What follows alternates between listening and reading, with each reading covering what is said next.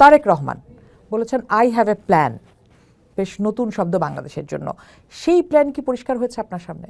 নিজের ক্ষমতাকে কমিয়ে আনা, প্রতিষ্ঠানগুলিকে সক্রিয় করা, সংসদকে কার্যকর করা। মানুষ বাংলাদেশকে তাদের হাতে দিয়ে নিরাপদ অনুভব করতে চেয়েছে, তা না হলে এইবার জামাত আরও ভালো ফলাফল করত। বিজেপি রাজনৈতিক ভবিষ্যৎ আমি অন্ধকার দেখি, কেননা তাদের যে 6 জন এমপি গিয়েছেন তাদের মধ্যে এখানে নেতা হিসেবে আবির্ভূত হবেন হাসনাত আবদুল্লাহ, কারণ উনি হচ্ছেন এই প্রধান সমন্বয়কদের একজন, আর হান্নান মাসুদ।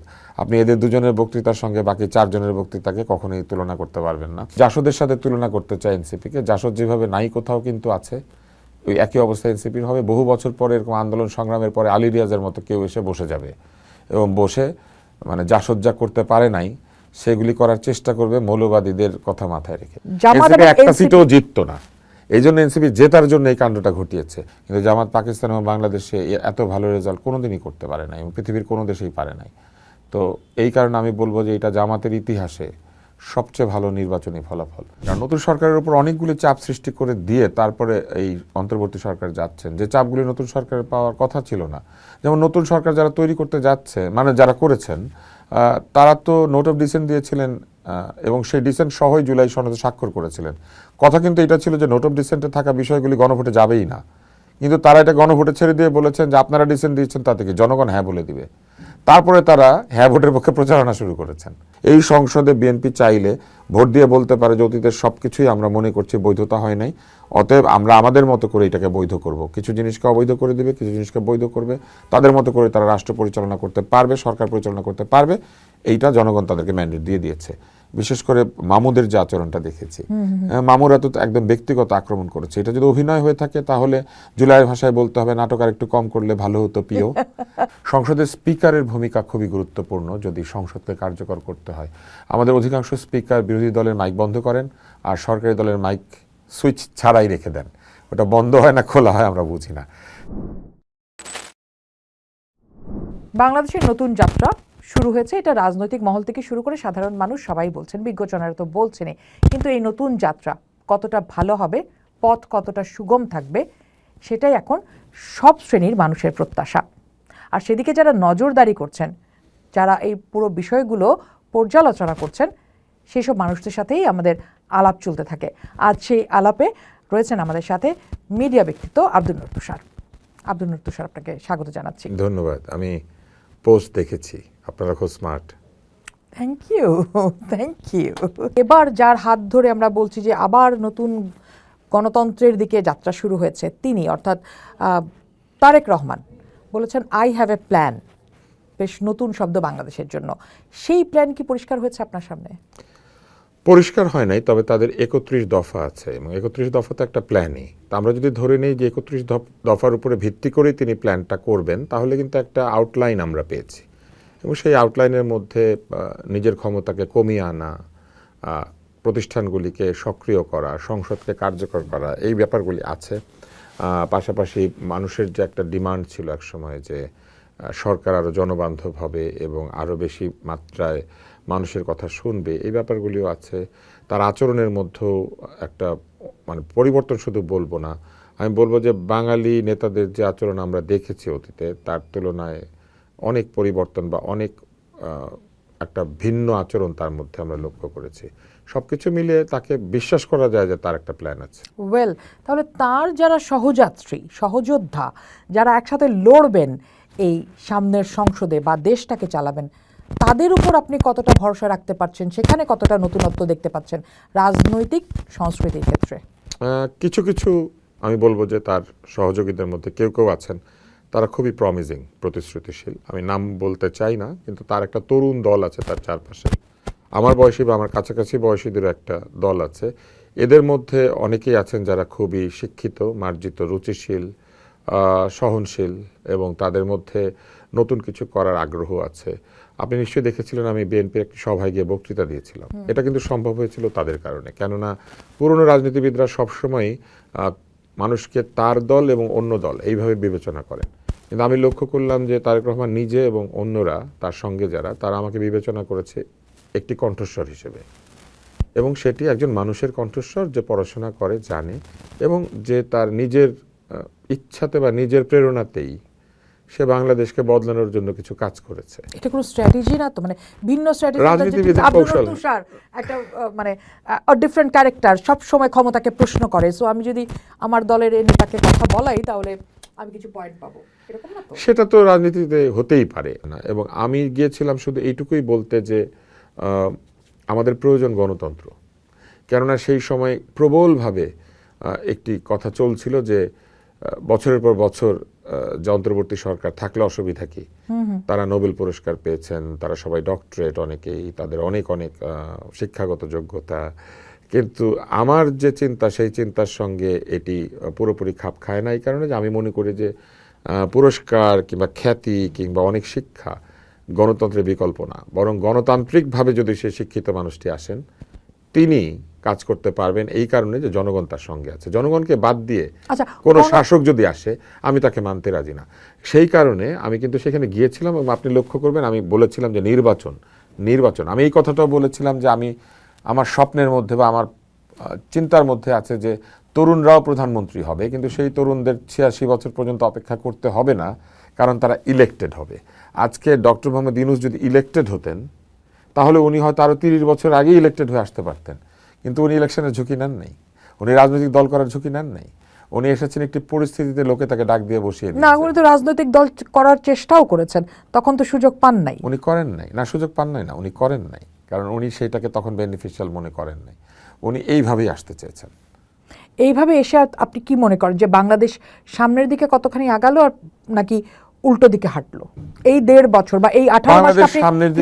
বাংলাদেশ সামনের দিকে এগোয়নি, আবার এগিয়েছে। নির্বাচনটি হচ্ছে বাংলাদেশের একমাত্র সম্মুখবর্তী পদক্ষেপ, বাকি পদক্ষেপ কোনোটাই বলা যাবে না যে সামনে এগিয়েছে, কারণ বাংলাদেশের অর্থনীতি পড়ে গিয়েছে, বাংলাদেশের সামাজিক নিরাপত্তা এবং ব্যক্তিগত নিরাপত্তা অথবা বলেন যে জানমালের নিরাপত্তা, সেটি সাম্প্রতিক সময় বা এই মুহূর্তে যারা তরুণ তাদের জৈবনিক সময়ে এত নিম্ন নিরাপত্তার অবস্থা আমরা কখনো দেখি নাই। রাস্তায় রাস্তায় মব হতে দেখি নাই আমরা, এরকম দেখি নাই যে কথা বলার অপরাধে বা সাংবাদিকতার অপরাধে মানুষের নামে হত্যার মামলা হচ্ছে, এটা আমরা দেখি নাই।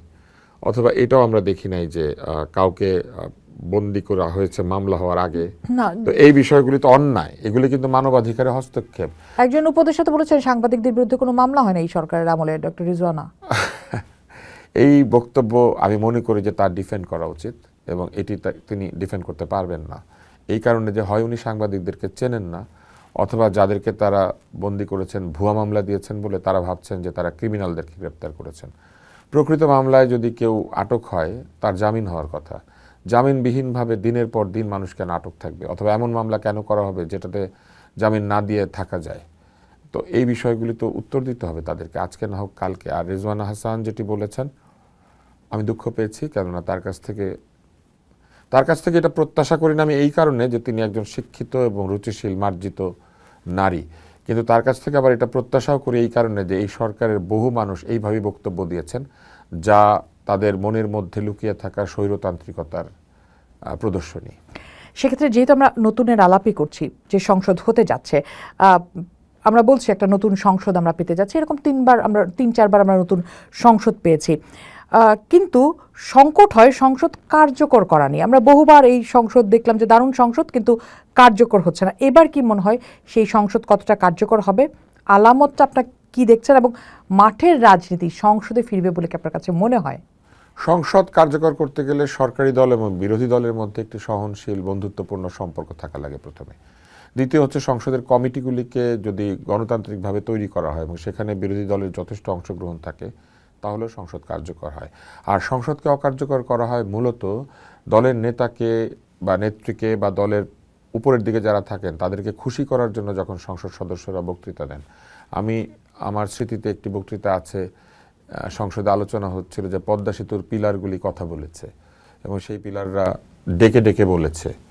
তো এই ধরনের বক্তৃতা যখন সংসদে হয় তখন আমার মনে হয় যে আমাদের অর্থ সম্পূর্ণভাবে অপচয় করা হচ্ছে সংসদের মধ্যে।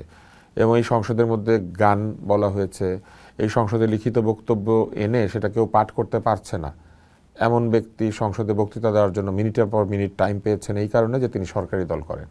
সংসদের স্পিকারের ভূমিকা খুবই গুরুত্বপূর্ণ যদি সংসদকে কার্যকর করতে হয়। আমাদের অধিকাংশ স্পিকার বিরোধী দলের মাইক বন্ধ করেন আর সরকারি দলের মাইক সুইচ ছাড়াই রেখে দেন। ওটা বন্ধ হয় না খোলা হয় আমরা বুঝি না। স্পিকারকে খুবই দায়িত্বশীল হতে হবে। জনাব তুষার, আরেকটা জায়গা, যখন একটি দলের 200-র উপরে মানুষ থাকে তখন এটা চিন্তা করা উচিত না যে প্রত্যেক অধিবেশনে প্রত্যেকেই কথা বলবেন।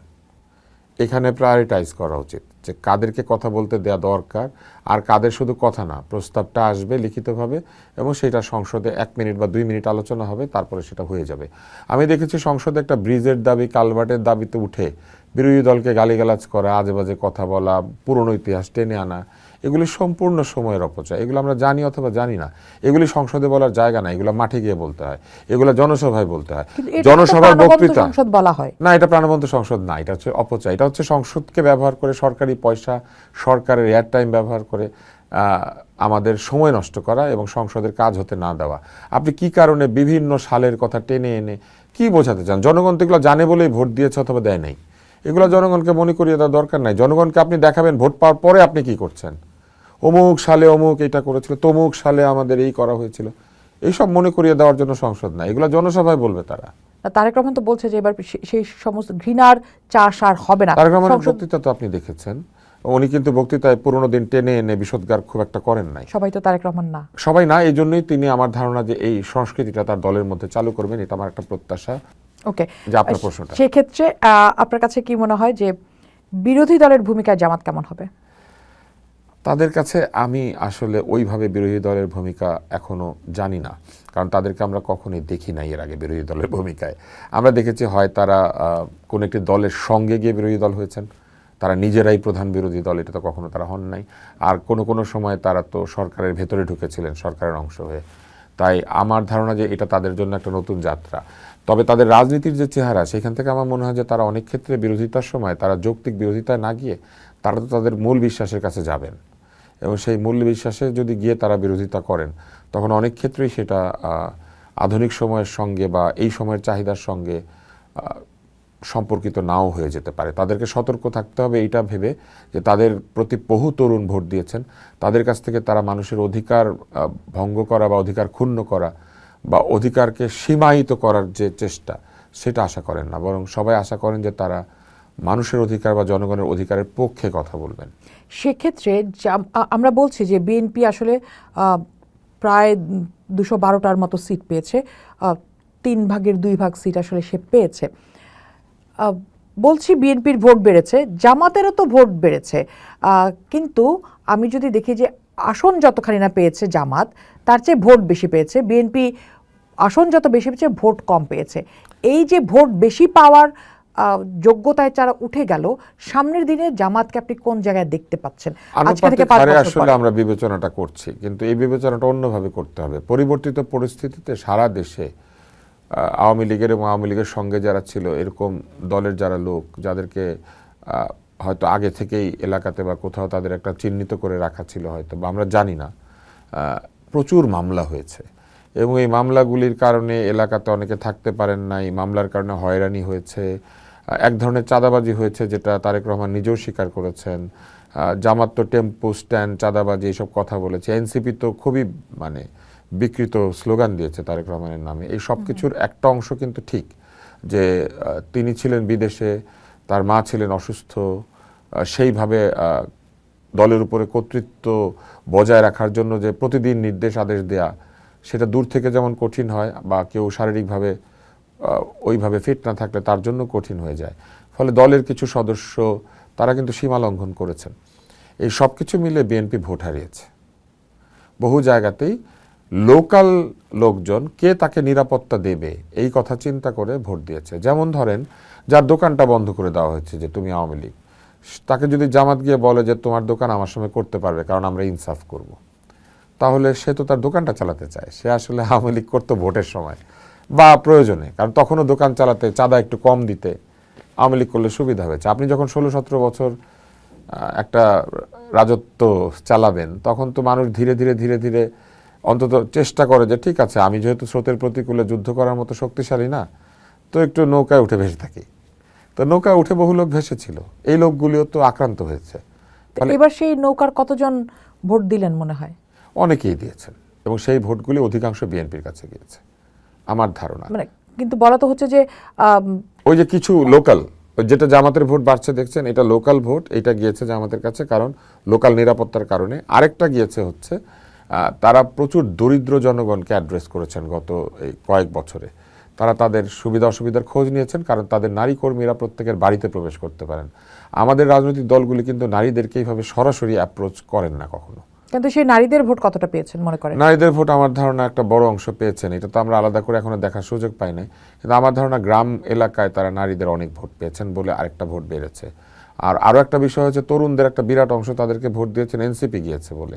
আপনি দেখবেন যে এনসিপির প্রার্থীরা 30 জন মিলে যতগুলি ভোট পেয়েছেন, আবার এর বাইরেও তো অন্য এলাকায় এনসিপির ভোট আছে, ওইটাকে যদি রেশিও হিসেবে ধরেন তাহলে এনসিপি যে একটা 3%-এর মতো ভোট তারা পেয়েছে বলছে, তাহলে এখন এই 3% ভোট পেয়েছে তারা 30টা আসনে, তাহলে বাকি প্রতি 30টা যদি 3% করে থাকে তাহলে কিন্তু অ্যাড হয়েছে কিভাবে 300 আসন, তাহলে এনসিপি কতগুলি ভোট যোগ করেছে এটা আমরা হিসাব করছি না। আচ্ছা, এই 30টা আসনে 3% ভোট এসেছে, ধরুন এখানে অর্ধেক ভোট জামাতের, তাহলে 1.5% ভোট এসেছে, তো 1.5 into 10 কত? এনসিপি প্রায় 15%-এর মতো ভোট নিয়েছে বলে আমার ধারণা। 16%-এর কাছাকাছি আমি আজকে একটা হিসাব। হ্যাঁ, তো এই যে 15-16% জরিপ ওইটা বলছিল যে এনসিপিরা 15-16%-এর মতো ভোট নিবে, তো সেটা তারা নিয়ে গিয়েছে। তো নিয়ে গেলে আপনি জামাতের এই ভোটের মধ্যে তো 16% ভোট আছে এনসিপির। আচ্ছা, এখন যেহেতু তারা জামাত এনসিপি এবং একটা NCP সিটও জিততো না, এই জন্য এনসিপি জেতার জন্য এই কাণ্ডটা ঘটিয়েছে। আমি এই জায়গাটাতে আসতে চাচ্ছিলাম। হ্যাঁ, কিন্তু এনসিপি জিততে গিয়ে তাদের ভোটারদেরকে জামাতে ভোট দেওয়া শিখিয়ে দিয়েছে। জামাত এইটাকে আগামী 5 বছর কাজে লাগাবে এবং এনসিপিকে হাসানুল হক ইনুর মতো বানিয়ে দিবে। আমি এই জায়গাটা মানে আপনি আগে বুঝে ফেলেন, আমার ধারণা আপনি মাইন্ড রিড করতে পারেন। এনিওয়ে, তাহলে কি এনসিপির রাজনৈতিক ভবিষ্যৎ কি? এনসিপির রাজনৈতিক ভবিষ্যৎ আমি অন্ধকার দেখি, কেননা তাদের যে 6 জন এমপি গিয়েছেন তাদের মধ্যে এখানে নেতা হিসেবে আবির্ভূত হবেন হাসনাত আব্দুল্লাহ, কারণ উনি হচ্ছেন এই প্রধান সমন্বয়কদের একজন, আর হান্নান মাসুদ। আপনি এদের দুজনের বক্তৃতার সঙ্গে বাকি 4 জনের বক্তৃতাকে কখনোই তুলনা করতে পারবেন না, এবং আপনি দেখবেন যে এদের অ্যাটিটিউডের সাথে অন্যদের অ্যাটিটিউড মিলবে না। ফলে যে ঘটনাটা ঘটবে, এনসিপি একটা সিঙ্গেল ভয়েস হিসেবে এই সংসদে থাকতে পারবে না। আর এনসিপির একটা বিরাট অংশ কিছুদিন পরেই বুঝবে যে তারা আসলে কিছু পায়নি।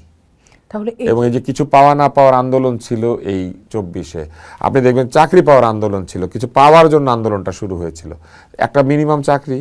তাহলে এইগুলা যখন ঠিক মতো এনসিপি দেখবে যে এনসিপির ভোটাররা বা এনসিপির লোকজন পাচ্ছে না, ইভেন দলের মধ্যেও পাচ্ছে না, তখন কিন্তু দল ভেঙে যাবে। না, এই যে বারবার দলের মধ্যে ভেঙেছে, অনেকগুলো টুকরা হয়েছে, এই যে সাধারণ মানুষের চাওয়ার সাথে বারবার প্রতারণা, মানে বড় 2 রাজনৈতিক দলের উপর আমরা ভরসা করলাম, সেখানে যখন আমরা দেখলাম যে এই 2 রাজনৈতিক দল আমাদের জন্য আসলে কাজ করতে পারছে না, মানুষ তরুণদের উপর ভরসা করলো, সেই তরুণদেরকে ব্যবহার করে এনসিপি তৈরি হলো।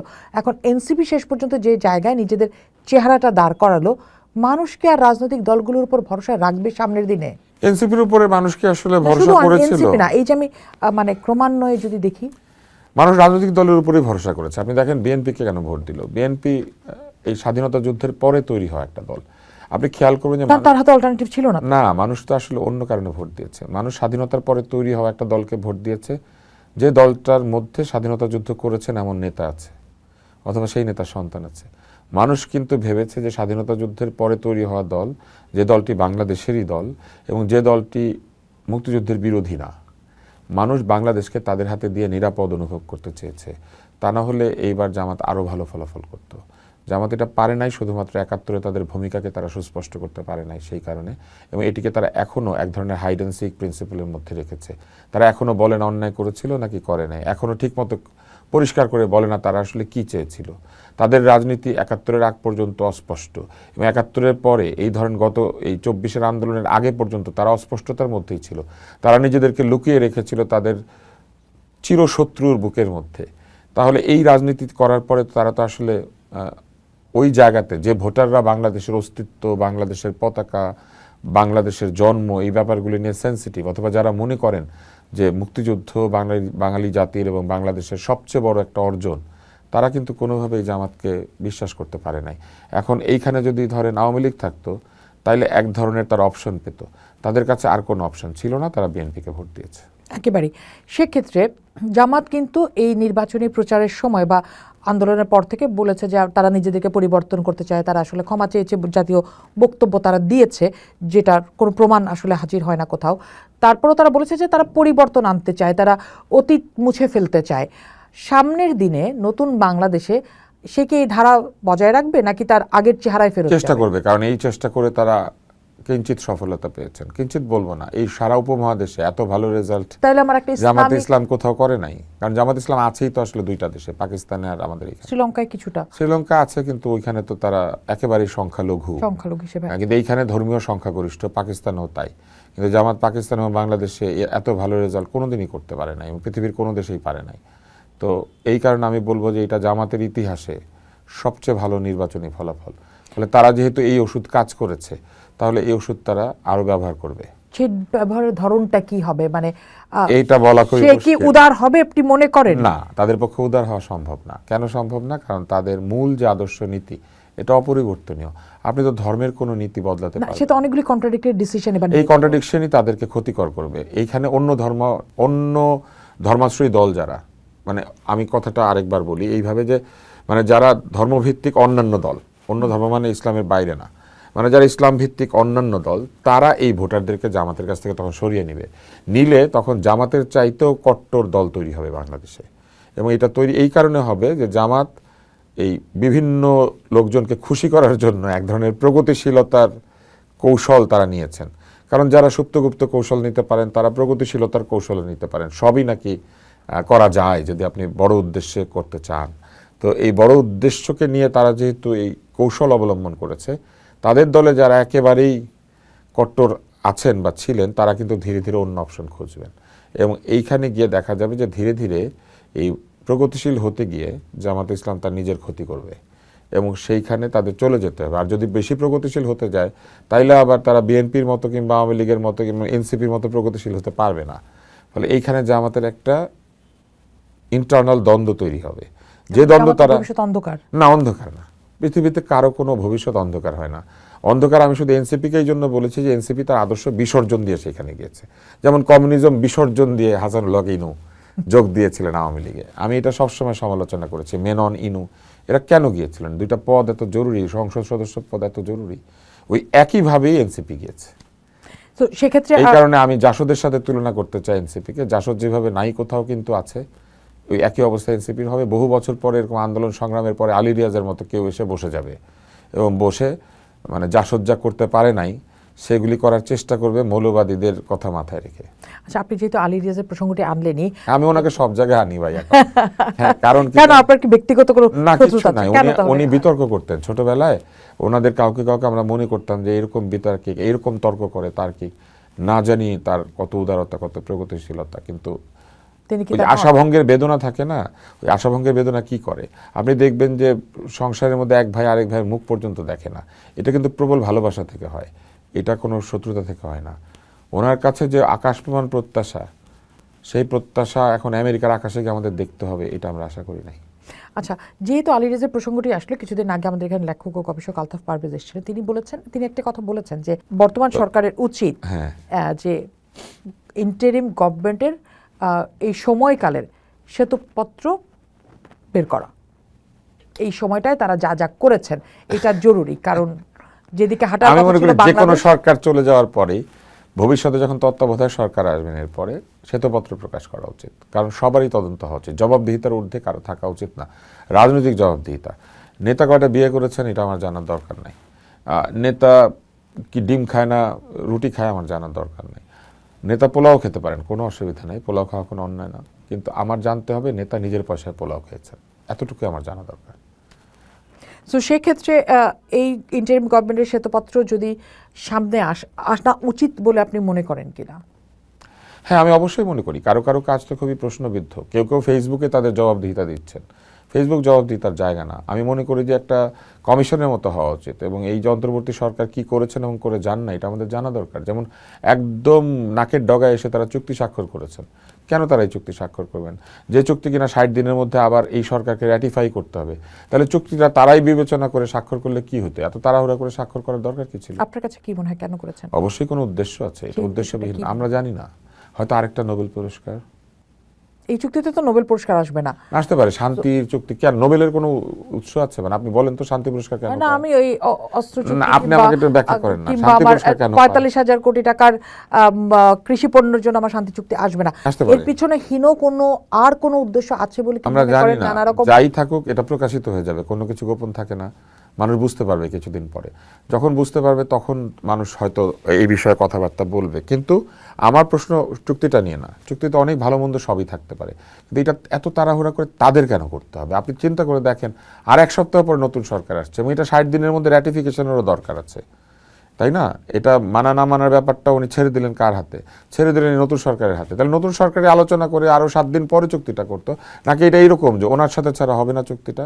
নাকি মানে নতুন ওরা কি সরকারকে বিপদে ফেলা ওরা হবে কি নাকি? ওরা কি মানে নোবেল পুরস্কার ছাড়া অন্য কারোর সাথে চুক্তি করে না? ব্যাপারটা কি এরকম?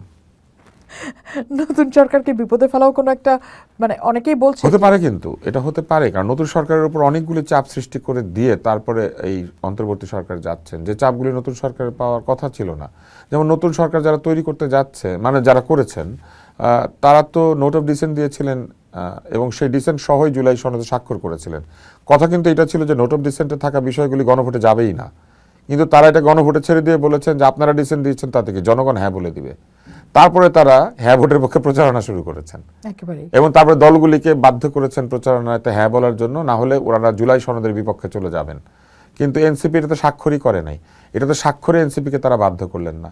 এনসিপি যদি এখনো এই জুলাই সনদ মানি না বলে, তারা কিন্তু বলতে পারবে না, যারা স্বাক্ষর করেছে তারা কখন করেছে। তো সেক্ষেত্রে মানে শেষ সময় এসে করলো, নিশ্চয়ই কোনো চাপের মুখে এসে করেছে।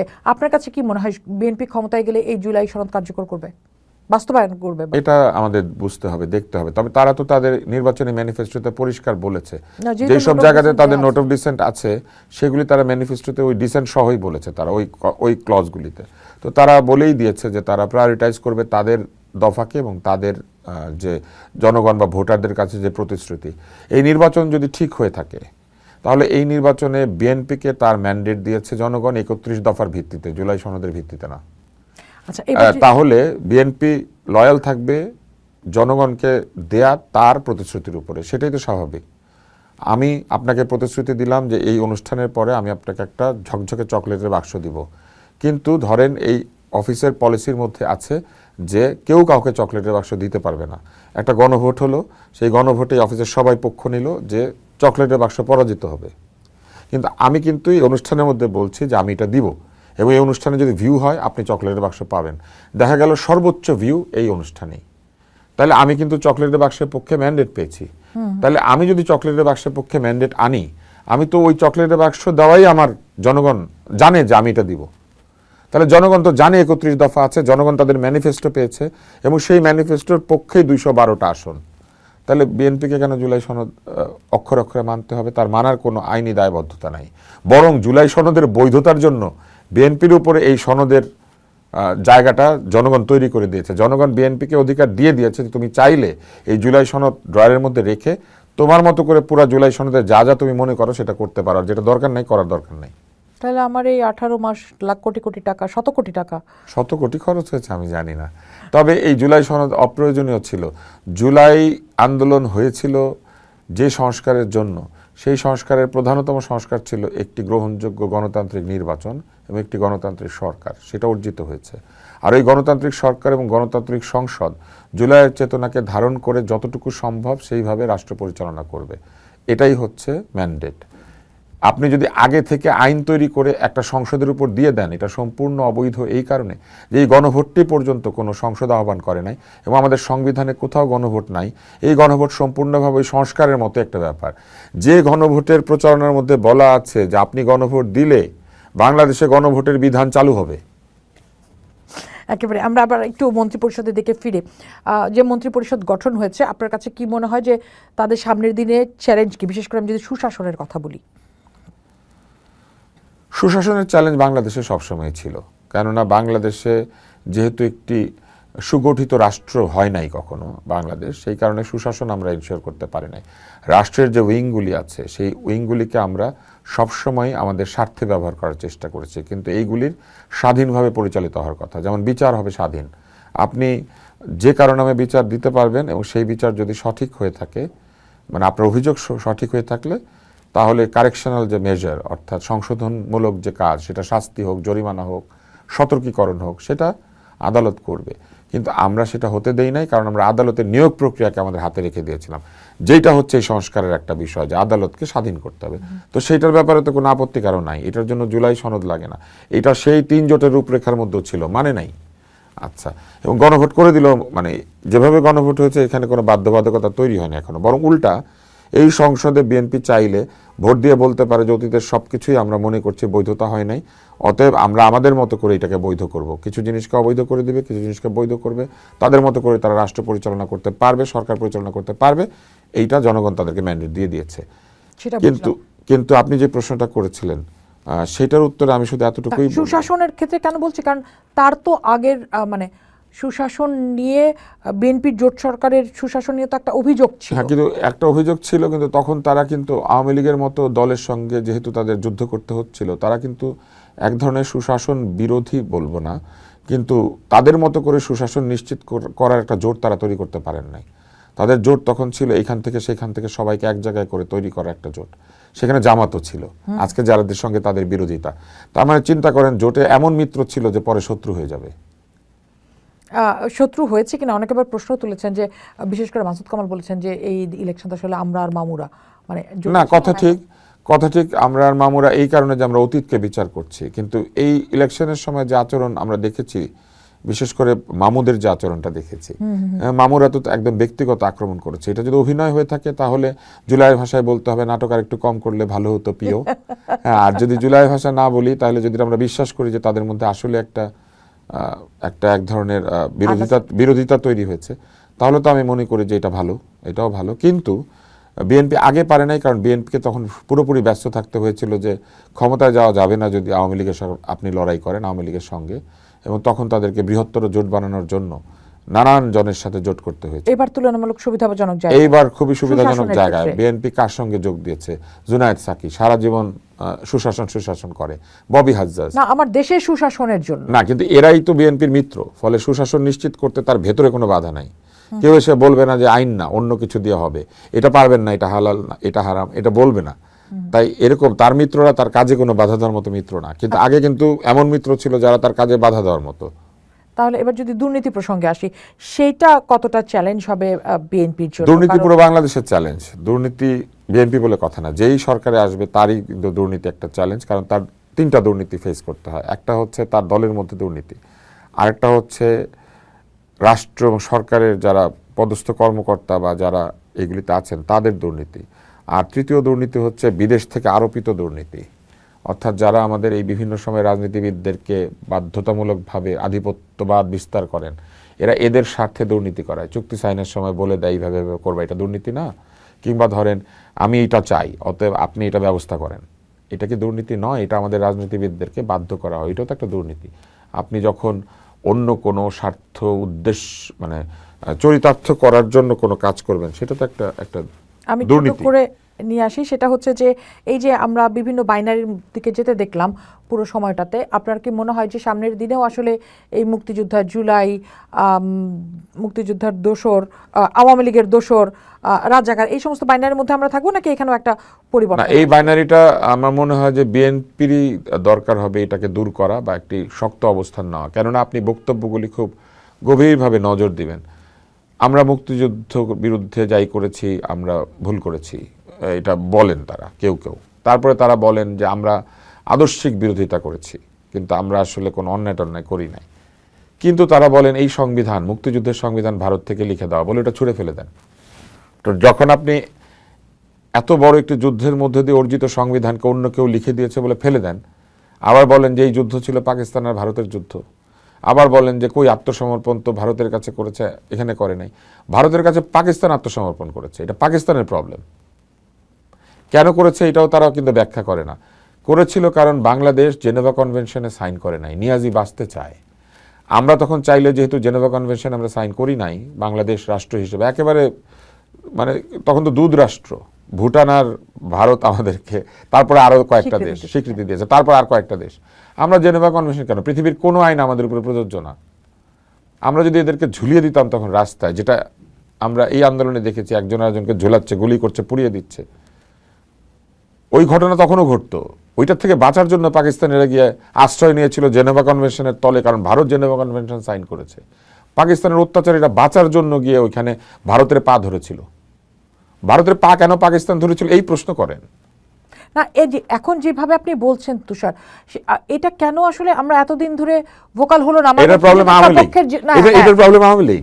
আওয়ামী লীগ তার মুক্তিযুদ্ধের পুরো ইতিহাসকে শুধুমাত্র তার ওই টুঙ্গিপাড়ে আবদ্ধ করে ব্যক্তির কৃতিত্ব হিসেবে জাহির করার চেষ্টা করেছে। মুক্তিযুদ্ধ ছিল জনযুদ্ধ। মুক্তিযুদ্ধ আওয়ামী লীগেরা শুধু করে নাই, মুক্তিযুদ্ধ সবাই করেছে, কিন্তু আওয়ামী লীগ পরে যুদ্ধে জেতার পরে একই অবস্থা করেছে। আচ্ছা, আপনি তো বলছেন ব্যক্তিগত আক্রমণ করা যাবে না, শুরুতেই বলেছিলেন যে আর সব প্রশ্নের উত্তর আপনি দিবেন। এই যে এখন আব্দুল তুষার বা অনেকেই কথা বলছেন এইভাবে, কিন্তু গত 15 বছর আপনারা কেন যেন বললেন না? আমি বলেছি সব জায়গাতে, আমি কেন আমার বাচ্চা বড় হচ্ছে মুক্তিযুদ্ধের কিন্তু আমি বা আমার মতো মানুষ যারা, তারা তো আসলে সমাজের ভয়েস ছিল না। স্বৈরতন্ত্র কি করে? মানুষের কণ্ঠ আগে রোধ করে।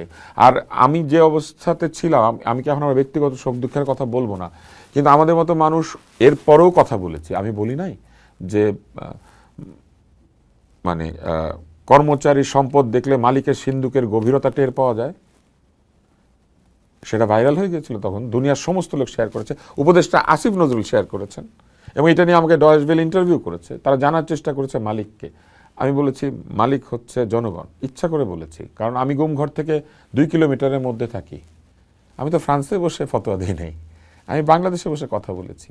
এবং বাংলাদেশে বসে কথা বলার কারণে বহু ধরনের অদৃশ্য কারাগারের মধ্যে আমাদেরকে বসবাস করতে হয়েছে। এবং সেই কারাগার থেকে এই জুলাই পরবর্তী অন্তর্বর্তী সরকারকে আমাদেরকে আসলেই মুক্তি দিতে পেরেছে? হয়তো পেরেছে, হয়তো পারে নাই, কিন্তু অনেককেই পারে নাই। এবং এই অনেককে না পারাটাই হচ্ছে সিলেক্টিভ হওয়া। সেই জায়গাতে প্রতিবাদ করি। নতুন সরকারের সময় কি আসলে এভাবে বলতে পারবেন? সামনে আমি আশা করি পারবো, আমি আশা করি পারবো। যদি না পারি তাহলে মানুষ আবার বুঝবে যে যা কথা দেয়া হয় সেই কথা কেউ রাখে না। কিন্তু তারেক রহমানের কাছে আমার আসলে অনেক প্রত্যাশা এখন, কারণ তিনি কিন্তু আসলে শুধু বিএনপির নেতা হিসেবে আসেন নাই। কেউ যদি বলে মানুষ বিএনপিকে ভোট দিয়েছে, শুধু বিএনপিকে ভোট দেয় নাই। মানুষ ভোট দিয়েছে বাংলাদেশকে, প্রগতিশীলতাকে, সামনের দিকে এগিয়ে যাওয়াকে।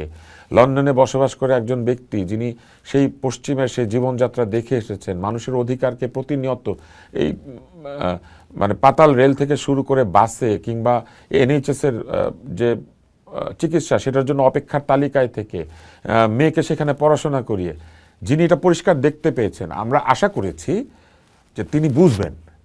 এবং তিনি যদি না বুঝেন তাহলে মানুষ তখন বুঝবে যে উনি বুঝেন নাই। এই কাজটা তো তাকেই করতে হবে। এবং আমি মনে করি যে ভবিষ্যতে যদি মন্ত্রিসভা বড় হয়, তাকে চিন্তা করতে হবে যে শুধু দল না, দলের চেয়ে দেশ বড়, তার মা বলতেন, তাই না? বলতেন তো, ব্যক্তির চেয়ে দল, দলের চেয়ে দেশ। ব্যক্তি তারেক রহমানকে মানুষ মনে করেছে একজন মুক্তিযোদ্ধার সন্তান এবং একজন খুবই সহনশীল আধুনিক প্রধানমন্ত্রীর সন্তান হিসেবে।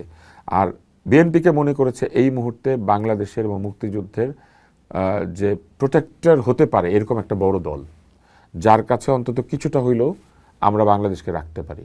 আর দেশটা যদি তার কাছে বড় হয়, তাহলে দল না বেছে, ব্যক্তি না বেছে তার বাছা উচিত কে দেশের কাজে লাগবে, কারা দেশের কাজে লাগবে।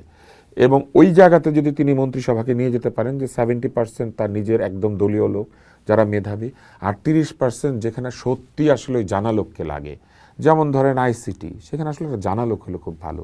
স্বাস্থ্য, সেখানে একটা জানা লোক হলে খুব ভালো। তারপরে বিজ্ঞান ও প্রযুক্তি, সেখানে একজন জানা মানুষ হলে ভালো, যে বুঝে এটা। তারপরে ধরেন নারী ও শিশু, আইন, এইসব জায়গাতে একজন জানা ভালো মানুষ হলে খুব ভালো হয় মন্ত্রণালয়। এলজিআরডিতে কেউ ভালো মানুষ খোঁজে না। পুল বানাবে, কালভার্ট বানাবে, সেতু বানাবে, গ্রামে গ্রামে বরাদ্দ দিবে, এখানে দলের লোকই দরকার, কারণ তাহলে চাঁদাবাজ কন্ট্রোল করতে পারবে, তাই না? কিংবা আপনি যদি বলেন সড়ক যোগাযোগ, এইখানে আসলে অত জানা লোক দরকার নেই, ইঞ্জিনিয়াররা চাকরি করে। বিদ্যুৎ মন্ত্রণালয়, ওখানে প্রচুর প্রকৌশলী আছে, সবাই আছে, চাইলে কনসালটেন্ট নেওয়া যায়। কিন্তু কিছু কিছু জায়গা আছে যেখানে তাকে, মুক্তিযুদ্ধ মন্ত্রণালয়, এটা বুঝতে হবে। তারপরে ধরেন ক্রীড়া মন্ত্রণালয়, বোঝে একটা লোক, এরকম দরকার। ফলে যেগুলি টেকনিক্যাল মন্ত্রণালয়, আমি মনে করি সেখানে তিনি জানা মানুষ নেবেন, তিনি দলের হোক অথবা দলের বাইরের হোক। আমি প্রশ্ন শেষ করতে চাই, বাকিটা তিনি তার ইচ্ছা মতো করবেন। অনেক ধন্যবাদ, ভালো পরামর্শ। শেষ করতে চাই যে জায়গাটি দিয়ে, সেটি হচ্ছে অনেক ভালো আছে, কিন্তু ভালোর মানে আলোর নিচে যেমন অন্ধকার থাকে, আমাদের এখানে ধর্মীয় উগ্রবাদ একটা অন্ধকার হয়ে থেকেই যাচ্ছে। কি মনে হয় সামনের দিনে এই জায়গা কতটা মোকাবেলা করতে পারে একটি ডানপন্থী, মধ্য ডান থেকে মধ্যপন্থার দিকে আসা দলটা? না, আমি এইভাবে চিন্তা করি না। আমি শুধু চিন্তা করি এইভাবে যে উগ্রবাদ যে কোনোখানেই খারাপ, অতি ডান মানেই খারাপ, এবং ডান দিকে ঝুঁকতে থাকা মানেই আসলে ভালো না। মাঝখানে থাকাটাই হচ্ছে জরুরি, এবং ইসলামের উপদেশও কিন্তু এটা, তুমি মাঝখানে থাকো। আপনি রাসূলুল্লাহ সাল্লাল্লাহু আলাইহি ওয়াসাল্লামের হাদিস পাবেন, উনি খাওয়ার সময় পর্যন্ত বলছে মধ্যবর্তী অবস্থানে খেতে, পেট ভরে খেতে না করেছেন। তাহলে যারা ধর্ম পালন করে তাদের উচিত ওই জায়গাতে যাওয়া যেই শান্তি এবং সমৃদ্ধি এবং আত্মসমর্পণের বাণী নিয়ে ইসলাম এসেছিল। কিন্তু যারা এই রাজনীতিকরণের মাধ্যমে একে উগ্রবাদের দিকে নিয়ে যায়, যেমন কমিউনিস্টরাও কিন্তু এক ধরনের উগ্রবাদী কমিউনিস্ট হয়, ঠিক একইভাবে গণতান্ত্রিকরাও উগ্রবাদী গণতান্ত্রিক হয়। আমি মনে করি উগ্রবাদ জিনিসটাই ভালো না, এবং আমি যে সারা জীবন তর্ক করেছি, তর্ক মানেই হচ্ছে মাঝখানে থাকা। আমরা দুই পক্ষ কথা বলি, কিন্তু আমাদের যুক্তিগুলি মাঝখানে আসে, এবং এসে তার মধ্যে যে ক্রিয়া প্রতিক্রিয়া হয় সেইখান থেকে আমরা দুই পক্ষই শিখি, এবং আমরা কেউ আসলে পক্ষ আর বিপক্ষ বলি, কিন্তু আমরা আসলে একটা পক্ষ। সেটা হচ্ছে আমরা এই আলোচনার মধ্যে দিয়ে মাঝখানে এসে যেটা ভালো সেইটাকে করতে চাই। তো আমি মনে করি যে কোনো উগ্রবাদ ভালো না, অতি ডান ভালো না, অতি বাম ভালো না, এবং মাঝখানে থাকার জন্য যেটা করা দরকার সেটা হচ্ছে সকলকে সমান চোখে দেখা। আমাদের সাথে অন্য প্রাণীর চোখের তফাৎ কি? আমাদের অন্য প্রাণীর চোখের তফাৎ হচ্ছে অন্য অনেক প্রাণীর চোখ থাকে মাথার দুই পাশে, তাকে মাথা ঘুরিয়ে ভেবে দেখতে হয়, সে এক চোখে দেখে। আর আরও প্রাণী আছে যাদের পুঞ্জাক্ষী, তারা দেখে ঠিকই কিন্তু পুরোটা দেখে না, ভেঙে ভেঙে ভেঙে ভেঙে অনেক ছবি ওইটা একসাথে করে দেখে। আমাদের ভিশন হচ্ছে বাইনোকুলার। আমাদের চোখ এমনভাবে প্লেসড যে আমরা পুরো দৃষ্টিটাকে আসলে মাঝখানে নিয়ে আসি এবং এনে আমরা একটা ছবি তৈরি করি। এটা বাইনোকুলার, ওই যেমন টেলিস্কোপের সাথে বাইনোকুলারের তফাৎ। এই বাইনোকুলার ভিশন আল্লাহ তাআলা আমাদেরকে দিয়েছেন মাঝখানে থাকার জন্য। আমাদের দেখবেন যে আমাদের দুই ছিদ্রওয়ালা নাক আমাদের মাঝখানে। চমৎকার উদাহরণ। মধ্যপন্থার একটি দলের হাতে এই মুহূর্তে বাংলাদেশ, তার মানে ভালোর দিকে এবং নিশ্চয়ই মাঝখানে আমরা যাব। থাকাটা খুবই জরুরি, মাঝখানে থাকাটা খুবই জরুরি। আমাদের অনেক দুই ধন্যবাদ। ভুরুর মাঝখান যদি সমান না হয় আমরা বলি চেহারা ভালো না। ওই রকম রাজনীতি যদি এবং দুই ভুরুর মাঝখানটা সমান না হয়, ধরেন এক ভুরু এই পাশে আরেক ভুরু এইখানে, আমাদের চেহারা যেমন নষ্ট হয়ে যায়। এই this is actually beauty of politics, যখন আপনি মাঝখানে থাকতে পারেন। আমি মনে করি এটাই গণতন্ত্র। আমি এই স্বাধীনতা চেয়েছি। আমার যা মনে হবে আমি তাই বলবো, মানুষ পছন্দ করলে করবে, না করলে করবে না। আমি একটা পাগলের স্বাধীনতা চাই, যে দাঁড়িয়ে বলে, যে যা খুশি বলে, কারো ভালো লাগে সে সামনে বসে। আপনি দেখবেন বাউলরা বলে অমুক পাগল তমুক পাগল, কেন বলে? কারণ সে যা চায় সেটা বলে। হ্যাঁ, আমরা একটা বাউলের বাংলাদেশ চাই। হ্যাঁ, একেবারেই। অনেক ধন্যবাদ জনাব তুষার আমাদেরকে সময় দেওয়ার জন্য। দর্শক, আপনারা যারা ছিলেন, আমরা সবাই সেই স্বাধীনতাটাই চাই, যেন আমরা সব বলতে পারি। আমাদের যেন আরেকটা গুম ঘর, আয়না ঘরের চিন্তা মাথায় রেখে কথা বলা বন্ধ করতে না হয়। পোস্ট দেখুন, ভাবুন, করুন, পোস্টের সাথেই থাকুন।